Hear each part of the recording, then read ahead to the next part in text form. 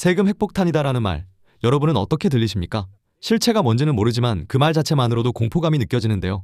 그게 바로 정치권과 언론이 합작한 악의적인 공포 마케팅의 실체라고 최경영 전문가가 이야기합니다. 2006년 한나라당 시절부터 우려먹고 있는 공포조장과 선동의 역사, 지금 바로 팩트체크하겠습니다. 을 좀 찍은 게 있는데 부동산 여의도입니다. 저기가 여의도인데 이 정권의 부동산 폭탄이 온다. 저것도 예. 서로 장난치고 예, 국민의힘이잖아요. 네. 그다음에 저게 이제 강남 쪽인데 조은희 의원이에요. 좀 파란색으로 세금 핵폭탄 준비 중.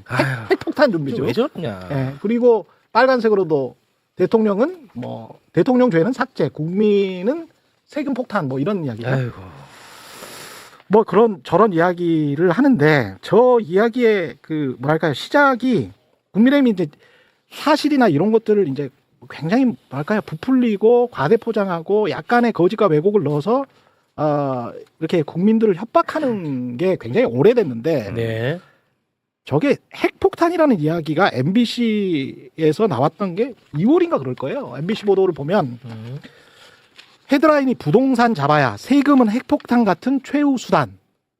그래서 최후 수단이니까 함부로 쓰면 안 된다라고 말했거든요. 네. 대통령이 직접 함부로 쓰면 안 된다라고 말했어요. 예. 근데 똑같은 날에 똑같은 말을 듣고 동아일보는 어떻게 썼냐면 세금은 핵폭탄, 부동산 잡을 최후 수단 써야 하면 써야. 아, 같은 거를 완전히 다르게 썼네. 예. 이거를 이런 식으로 이제 그 뭐랄까요? 그러니까 제대로 그 사람의 진위를 듣고 그대로 보도를 하는 쪽하고 이거를 어떻게든 꼬는 쪽이 있는데 그걸 꼬면서 또 왜곡까지 하는 것 같습니다.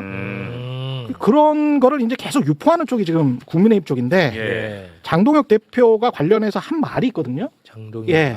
한번 좀 보여주시죠. 영상이 준비되어 있습니까? 예. 아, 그럼 영상 한번 보겠습니다. 영상 한번 봅시다. 지방선거만 끝나면 진짜 지옥이 펼쳐질 것입니다. 보유세 인상으로 세금 폭탄을 맞으면 더 이상 살던 집에 살 수 없게 됩니다. 장특공 폐지에서 양도세 폭탄까지 맞으면 더 좁은 집 낯선 동네로 쫓겨나야 합니다. 부동산세 폭탄으로 끝나지도 않습니다. 이재명 대통령이 직접 이야기한 설탕세, 지금은 안 올린다는 담배세와 주류세, 줄줄이 세금 폭탄이 지방선거 끝나기만 기다리고 있습니다. 유가 최고 가격제가 끝나면 기름값이 3,000원을 넘을 수도 있습니다.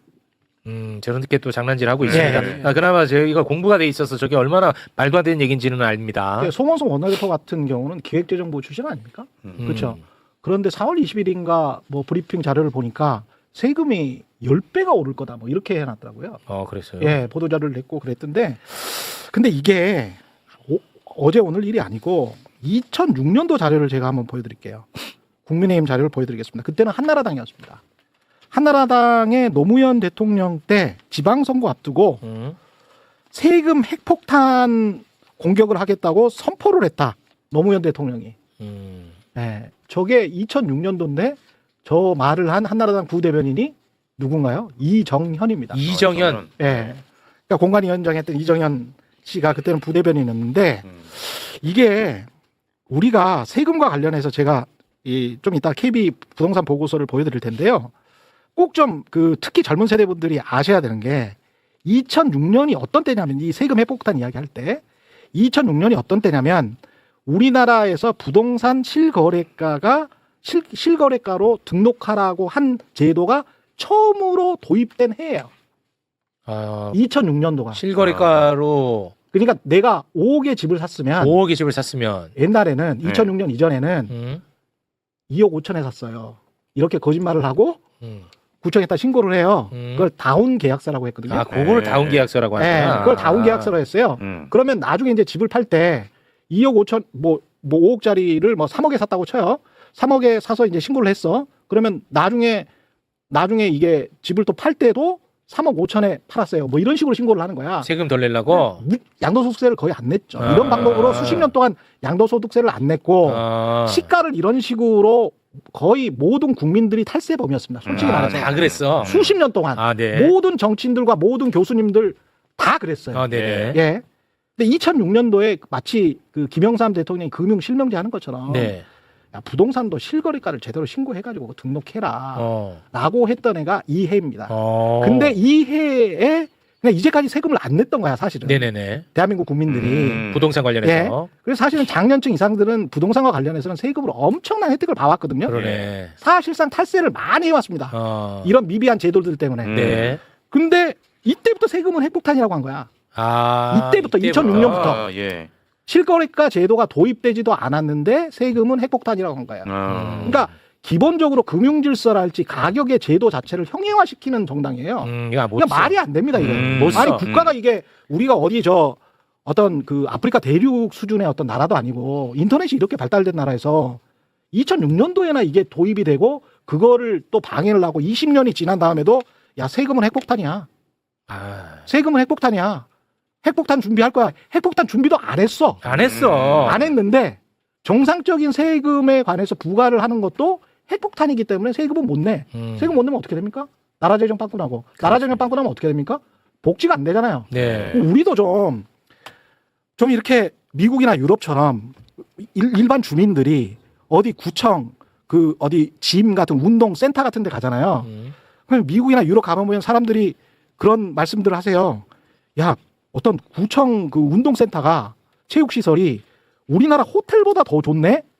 오. 진짜 호텔보다 더 좋아요. 진짜로? 진짜 훨씬 좋아요. 그 근데 생활 질이 그게- 올라가지. 근데 그게 보통 4인 가족에 한 달에 한 5만 원 정도밖에 안 합니다. 그렇게 럭셔리하게 살 수 있는 거예요. 우리도 그렇게 가자. 세금을 제대로 걷고 그렇지. 그걸 가지고 공공복지를 늘리면. 네. 근데 왜 맨날 어떤 사람들만 특정 한대수 같은 분들은 저거 뭐 선거 관련돼서 그러고 있는데도 가서 수용하셨잖아요. 호텔 갔잖아. 예? 호텔. 롯데호텔 가셔. 근데 롯데호텔 가가지고 그런 분들만 네트워킹 하잖아요. 예? 왜 아직도 그런 나라가 당연합니까? 그건 안 돼. 말이 안 되잖아요. 그러니까 그렇습니다. 거들 거는 걷고 네. 이 세금 가지고 또 사람들 겁주고 야 세금 거두면은 마치 무슨 뭐 표가 다 달아날 것처럼 그래서 이제 민주당도 겁먹어서 위축돼. 위축되고 그래서 정치를 이거는 정말 하질로 만드는 거예요. 최악이야. 하질로 만들고 국민들을 정말 하질로 만드는 겁니다. 내가 있는 한 이제 이거 안 먹혀. 예. 자식들 말이야. 마지막으로 KB죠.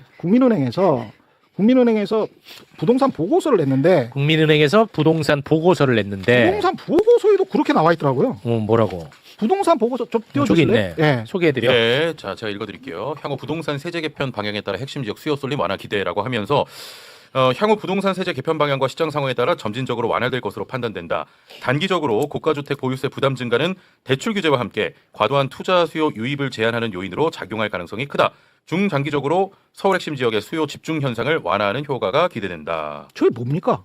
보유세 부담 증가시키고 양도소득세 개편하면 투자 수요가 위축돼서 부동산 가격이 내려가고 안정화될 것이라는 이야기잖아요. 네.